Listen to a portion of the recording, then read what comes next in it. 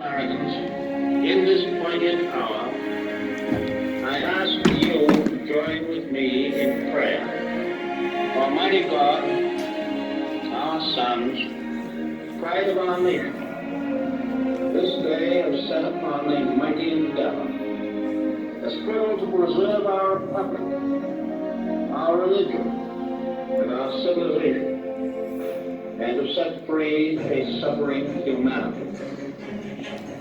Lead them straight and true. Give strength to their arms, stoutness to their hearts, steadfastness in their faith.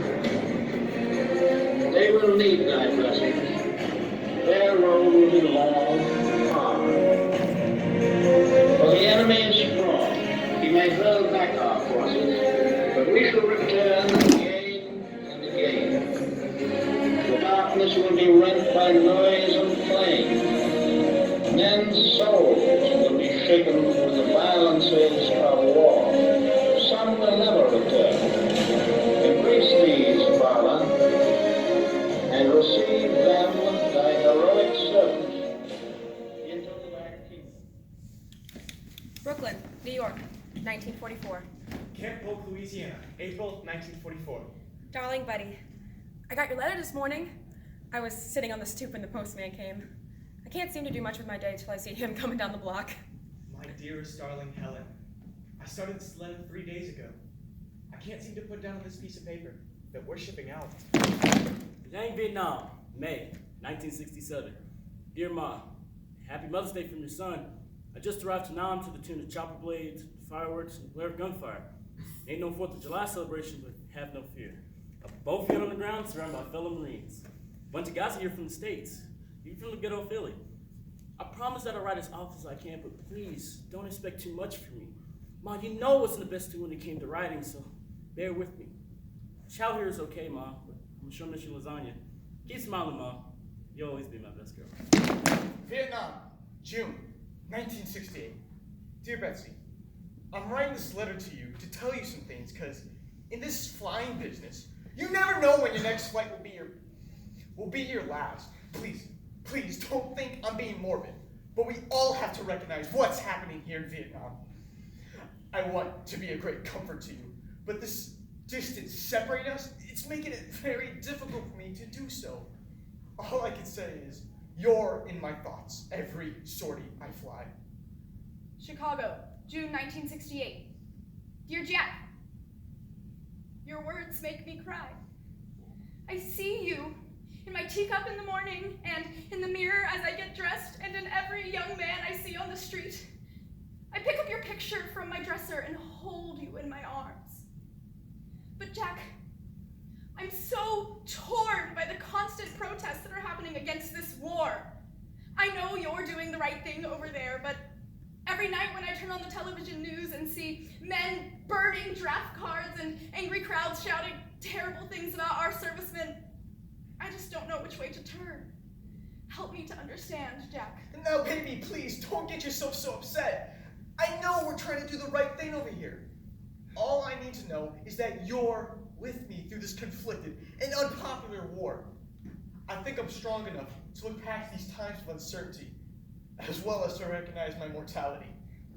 If my plane does not return tomorrow, I will die without regrets. South Korea, May 1953.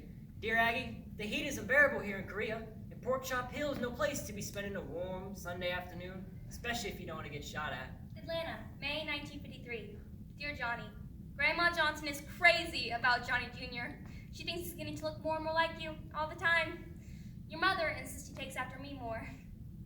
Oh, Johnny, you'd be so proud to see how good Junior is when we say the rosary after supper. I used to dread those Sunday evening rosaries, knowing that fresh donuts and cold milk would be served afterwards. My impatience always caused some kind of disturbance. Gee, Johnny Jr. sure seems to be following in his dad's footsteps. I was 17 when 9/11 happened. That morning, the television in the living room was blaring reports of airplanes crashing into buildings in New York City. I told my mom and dad I was going to do my part to help see that this horrible thing never happened again to our country. So I joined my high school's ROTC. After graduating the following May, I joined the Army. I grew up in a large family in a small town south of the Twin Cities. My dream was to become a nurse, so after I graduated high school, I attended the nursing program at our junior college. Growing up with many brothers kept us all busy looking out for each other. One of us got the mumps, we all got the mumps. One of us got the measles, we all got the measles. I guess that's why I became a nurse. Then, I became a Vietnam nurse. As I left home, my daddy took me in his arms and said, I raised 6 kids, 5 of them boys, and now I'm sending my only little girl off to the war. That was the first and the last time I ever saw my daddy cry. When I arrived in the war zone, all I could hear was, "Get down! Get down!" I lowered my head and ran as fast as I could. I was there. I was in it. I was a part of it. And it was, and it is a part of me. I looked around the OR at the rows and the rows of beds, the chaos, the smell, the yelling, doctors yelling, nurses yelling, GIs yelling. A body was popped down in front of me, a boy no more than 18, and I was ordered to prep him, which meant clean his wounds, shave him if necessary, and oh yeah, move his arm hanging on by a piece of loose skin. When I was ordered to go back to the States, I put on a fresh uniform, and I went over to the OR to wave goodbye. The ventilators were popping, and it smelled like blood. It was exactly as the day I arrived. Nothing had changed. Chicago, July 1968. Dear Jack, well, the boys are off in every direction these days. Hank is finally old enough to be a Cub Scout. Bruce is playing Little League, and Paul has taken an interest in girls. Paul got his driver's license yesterday, so now I have another reason to worry. My men, they will be the death of me yet. Vietnam, August 1968. Betsy, dear, I've been thinking, and I've decided that if anything ever happened to me, please don't let the memories of me keep you from marrying again. I just don't want you to be alone. Life should be lived to the fullest. Go for it, girl. Live life. That's what it's for. Oh, Jack, there's no need to talk like that. I believe you will be resuming your fatherly and husbandly duties before long. Put on some makeup, buy yourself a new dress, keep on smiling, give the boys a hug, some discipline when needed, and pave the road of your life for new adventures. As long as I'm remembered, I won't really be dead. I'll still be around in Paul, Bruce, and Hank. Jack, you shouldn't go on like that. You will come home, Jack. I know you will. I do plan on buying a new dress, and I'll have the boys all starched and ironed and standing at attention when you walk up that walk and into my arms. The boys send their love. Betsy. Love you, Betsy. Jack. I know you've heard of the USO girls who toured behind the lines to entertain the troops. Well, we were donut gals, the gals who drove 2-ton army trucks and served donuts. And hot, steaming coffee to the men. Well, we called ourselves donut gals. Molly's my name, from down south, Alabama.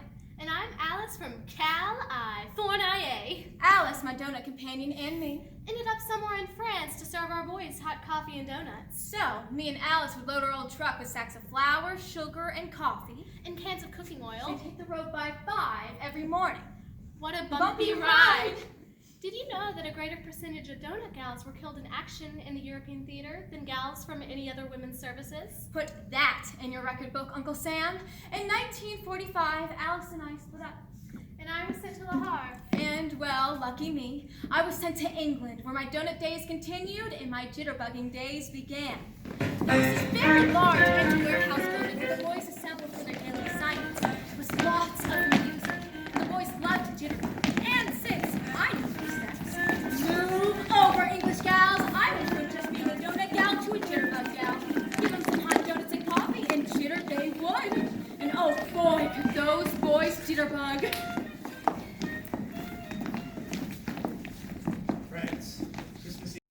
I have to hide my tears so that my buddies won't see. All the rest of us guys left in Company B just sit around in our dirty uniforms, heavy boots, and heavy hearts, and sing peace on earth, goodwill to men. Brooklyn, New York, Christmas Day, 1944. Sweet, sweet buddy. Mr. Berlin hit it right this year. We don't have to dream. We have a white Christmas. I looked out the window this morning to a glorious day. I was elated, but only for a moment. Then I prayed that this would be the last Christmas we ever spend apart. Buddy, I love you. I love you, Helen. I love you, Jack. I love you, Betsy. I love you, Johnny. I love you, Agnes.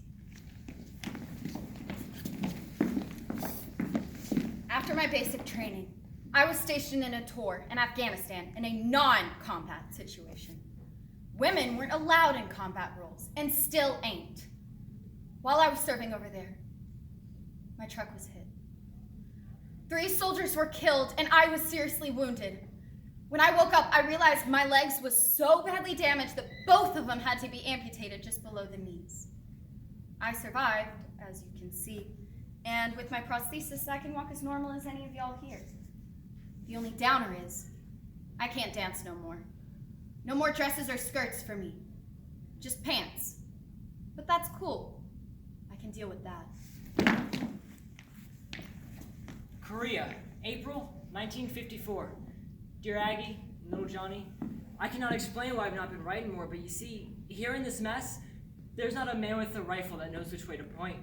We hear the enemy fire, we see the tracers light up the sky, but sometimes we're just lucky, like the other day when we caught those North Koreans. Atlanta, April 1954. Dear Johnny, I showed your mom and dad your letter. You should have seen your dad's face when I told him about the 28 prisoners you captured. That was something else for me to be proud about. You're so thoughtful, honey. That's one of the many, many things I love so much about you, Johnny darling. There isn't much more news, so I'll close for now. This morning, we encountered face to face a team of North Koreans. They were lobbing grenades and firing at us, and as they charged, I fired and hit one in the face. I watched as he fell silent and died almost instantly. Aggie, I can't tell you how wrong I feel to have killed another man. I immediately asked God to forgive me, and I promise I will go to confession first chance I get. Aggie, I'm so confused. I hope you can forgive me too. We put little Johnny in kindergarten this week. I do believe it was harder for me to leave him than it was for him on his first day. He's getting along wonderfully with all the other boys and girls, and he's learning his numbers and alphabet so fast. Oh, Johnny. I pray that one day when this war is over, there will be no more war, so that little Johnny and all the other boys and girls can grow up in a world of peace and freedom. I know this day will come, Johnny, and I'm doing my part to see that it does. Chicago, September 1968. Dear Jack, it's been a week since your last letter. I hope and pray that you're just so busy flying sorties that you haven't had the time to write. Bruce had his first date last night. I dropped them off at Bloomfield's for ice cream sodas, then finished my turn as chauffeur by driving Bruce's girl home. Bruce walked her to her door. You would have been proud.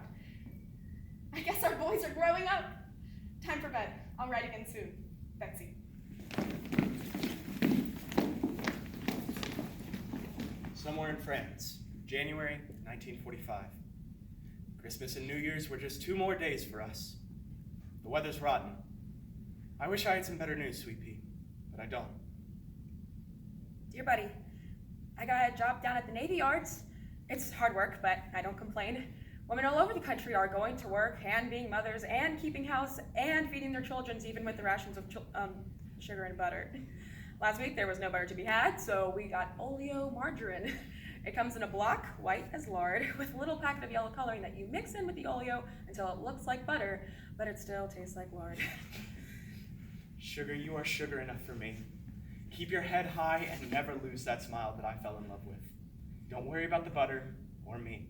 I'll butter you up as soon as I get back to Brooklyn. I love you. I love you. 10 in Provence, October 1968. Little brother, take this advice from me. Stay as far away as you can from this godforsaken army and this crap hole called Dom. Trust me, being a grunt in this country ain't no fun. Don't be like me. Go to college and get good grades. Burn your draft card and head straight to Canada. Do this one thing for me, brother. And if I ever get home, I promise to be the big brother that I never was before. And oh, give Ma a kiss for the both of us. You know, I never said this before, but I love you, Gib. You're a big brother. Chicago, October 1968. Dear Jack, it's been 3 weeks now and no word from you. The boys and I are beginning to worry. Please, just send a card to let us know that you're okay. Everything is good here. I bought that new dress today. This waiting is taking its toll on me, but I keep smiling. I suffer from what they call post-traumatic stress disorder. When I started therapy, it seemed to me my symptoms was only caused because I lost my legs. I don't remember nothing. Maybe I passed out. I don't know. But what I do know is that I was the victim of a terrorist attack on my unit, and 3 of my fellow soldiers were killed, 2 men and 1 woman. Did you know that 1 out of every 10 of our armed forces today is a woman? I read somewhere that 220,000, or 11% of our troops stationed in Afghanistan and Iraq were women. In the Vietnam War, the percentage of women to men was much smaller, and even so, most of them was nurses. In today's army, a lot of men don't seem to think of women as sisters, wives, sweethearts. This ain't easy for me to talk about, but I swear it on my grandmama's grave. I was raped while I was in Afghanistan by my first lieutenant. And because I was just an enlisted soldier, I was afraid I wouldn't be believed if I reported it. He was a handsome, well-loved man amongst the troops. So who would believe that I didn't want to have sex with him? Now, I'm not condemning all of the men who serve our country honorably, but the percentage of men that take advantage of their female counterparts is far greater than what the numbers say. Sometimes I come to the icebox, open the door, and just stand here, wondering what it was that I came here for. Memory's a funny thing at my age. Madge McAllister, I say to myself, what's come over you? Then I hear the tick-tock tick of the old regulator in the hall, and I'm back one day in June, 1944. After high school, most of the boys in Baylor went straight to work in the mills or on their family's farms. Few, if any, ever went to college. So, for a few extra dollars, they joined the National Guard and spent 1 night a month playing soldier. Aaron, my older brother, joined the National Guard as soon as he was old enough. When the war began in Europe, his entire unit was called into active duty. I worked as the Western Union girl in Baylor, Kentucky, and it was my job each morning to turn on the teletype machine and connect with Lexington. It was June 6th, 1944, when our boys were sent to that beach in France the Army called Omaha. Heroes all, over 10,000 lost their lives and were buried on a bluff overlooking the sea. On that morning in June, I switched on the teletype machine, and when it warmed up, I typed, "Good morning, Lexington, go ahead." And the reply came, "Good morning, Baylor, we have casualties." The machine began to sputter and click, click, click, shooting out tape faster than I've ever seen before. Click, click, click, the tape just kept coming. I did my best to put the tape in the tank of water and with my thimble and ruler strip it onto the yellow Western Union stationery. The Secretary of War desires me to express my feelings of regret. Click, click, click, another yellow piece of paper. Another regret, another name, another address. I pasted and I pasted. Click, click, click, regret John Sears. Click, regret Albert Stallings. Click, regret Andy Barrow. Click, click, click, regrets Bobby Barnes. Regrets Dudley Dickerson. Regrets Larry Holloway. Click, click, click. All in all, there were more telegrams than I can remember. As lunchtime approached, I was pretty much in a daze, and then click, click, click. It is with profound regret that I click. Aaron McAllister, my dear brother. In 1994, on the 50th anniversary of D-Day, I went to France, and among the rows and rows of white marble crosses on a bluff overlooking the sea, I found my beloved brother, Aaron. Now, what was it that I came to the icebox for? Oh, yeah, the milk. Much like you, Johnny. More and more each day I see you in him. Even your mother is beginning to see you in the way that he walks across the floor and turns and looks at us with those big brown eyes.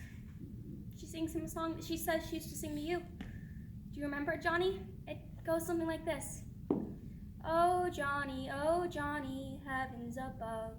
Oh, Johnny, how you can love. I used to get so embarrassed when she sang that song and my friends were there. But looking back, it was such an endearing thing that she did. I know she loved me more than anything. I was an only child, so she had lots of love to give. Although Uncle Johnny Jr. must have brothers and sisters, and I'll see to that when I get back home. And Aggie, not to worry, but I took some serious shrapnel on my right thigh, but the medics tell me everything will be A-okay. Love, Johnny. Oh, Johnny, are you hurt bad? Johnny, I do worry. Please tell me that you're A-okay and that I need not worry. I love you, Johnny. Chicago, November 1968. Dear Jack, they must be keeping you very busy over there, my darling. Not a word in a very long time. I'm holding up okay by propping myself against every doorway I attempt to go through. Not hearing from you is exhausting. But Mom and Dad are planning to visit for Thanksgiving, so I guess I will be cooking that turkey after all. There will be pies and fresh baked rolls coming out of the oven until we collapse from the sheer joy of cooking. Now that I have your mouth watering, I'll close for now. Just wishing you could be with us for Thanksgiving. Betsy. Brooklyn, New York, 1945. Dear buddy, not hearing from you is agonizing. The radios and papers are saying that the Germans are in retreat and that our Allied forces are advancing to end this terrible war. I pray every night that you are safe and will come home soon. Germany, May 1945. Dear Helen, I know you must have been worried since you haven't heard from me in 3 months. But as soon as we crossed the border and into Germany, we were ambushed and taken prisoner. We weren't allowed to send or receive mail, but then our prayers were answered when the Allied forces arrived. When are you coming home, buddy? Now that it is over there. I'm coming home, sweet pea. Hold your breath. I'll be Brooklyn bound on the USNS Buckner, a trusted old tub that will take me across the Atlantic and into your arms. I'm checking the papers every day to see when the Buckner arrives here in Brooklyn. I'll be wearing my prettiest dress and wearing the good old red, white, and blue. Oh, buddy, you are coming home. Boy, can my mom cook. She makes the best meatballs of all Philadelphia. Ain't tasted that kind of cooking since I can't remember. Sometimes I can just close my eyes and inhale. Try to remember the sweet smells. Yesterday we went up to the Delta towards Cambodia. A lot of troops hit a snag. There were a gang of gooks waiting for us in rice paddies. We eat a lot of rice here. Not like us Italians. We eat spaghetti, macaroni, lasagna, and ravioli. We're hit by enemy fire. Sarge got hit. There's blood all over the place. He fell in front of me, choking and spitting blood. He died in my arms. Next thing I knew, two of my buddies were hit. Scott was touching his leg on his back. One buddy now sticky with blood and mud, looking at me with those big, blue, Scandinavian eyes. Another son dead. Another in my book. All of a sudden, I heard the most loud explosion I ever heard. Inside my head, the noises of war. The copters, the grenades, the sound of explosions. The noise and pain and cries from my poor washed away with the silence. Sweet silence. All cleared and everything was peaceful. Just like eating your tiramisu, Mom. Food usher with the angels. Mom, don't cry. San Francisco, August 1954. Dear Aggie, here I am again on the good old US of A soil. Feels so good under my foot. Yeah, I said foot. Shrapnel on my right thigh was worse than I told you, so I had to get my right leg amputated. I can hobble around okay on one leg and one crutch. I'm sure Johnny Jr. will have a field day teasing the old man as the old gimp now. I'll be getting my discharge papers tomorrow, honorable of that, and I'll be flying back to Atlanta first chance I get. Aggie, keep smiling. It's gonna be a new and different life from here. I love you and need you more than ever. Oh, Johnny Jr. is jumping for joy, and all I can do is sing. Oh, Johnny, heavens above. It's been 10 years since 9/11. I am now 28 years old, but I feel oh so much older. How did I get here? Well, this is my story. But I'm sure there are many other women with stories just like mine. We serve, we are abused, we come home, and we fight the demons. Women and war. I may not be able to dance no more, not with these plastic legs. But that's cool. I can deal with that. But am I ever gonna be able to trust other men? have a normal sex life, and get married and have children? Right now, I'm just not seeing that happening. You know, I heard about a place in California that specializes in women with severe cases of PTSD. Maybe I'll go there.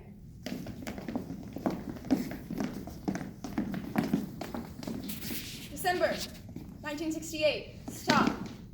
Mom and Dad, stop. The dreaded doorbell rang yesterday. Stop. 2 young officers came to inform me that Jack is dead. Stop. At first they thought he was shot down and taken prisoner, but later learned he had not survived. Stop. His body will arrive in California next week. Stop.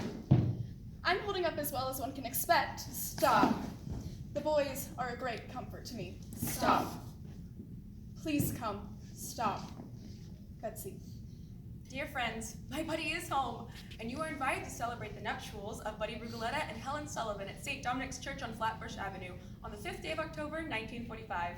A reception will follow in the church hall. In 1994, on the 50th anniversary of D-Day, I went to France, and among the rows and rows of bright marble crosses on a bluff overlooking the sea, I found my beloved brother, Aaron. We serve, we are abused, we come home, and we fight the demons. Women and war. On the first snowy day in December, Jack arrived home, his coffin draped in an American flag. The boys and I met the train. I was wearing my new dress. The energy, the faith, the devotion which we bring to this endeavor will light our country and all who serve it. And the glow from that fire can truly light the world. And so, my fellow Americans, ask not what your country can do for you,